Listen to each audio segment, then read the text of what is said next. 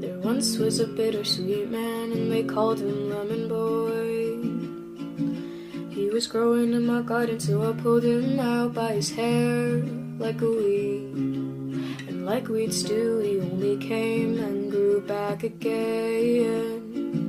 So I figured this time I might as well let him be. Lemon Boy and me started to get along together. I'll help him plant his seeds and we'd mow the lawn in bad weather.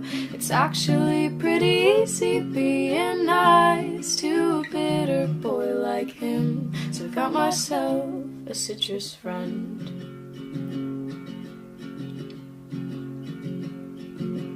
As soon as bittersweet started to rub off on me, you'd think smelling like lemon zest would be pretty neat.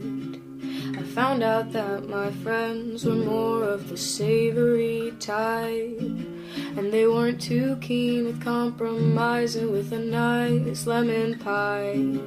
So Lemon Boy and me, we just gotta get along together.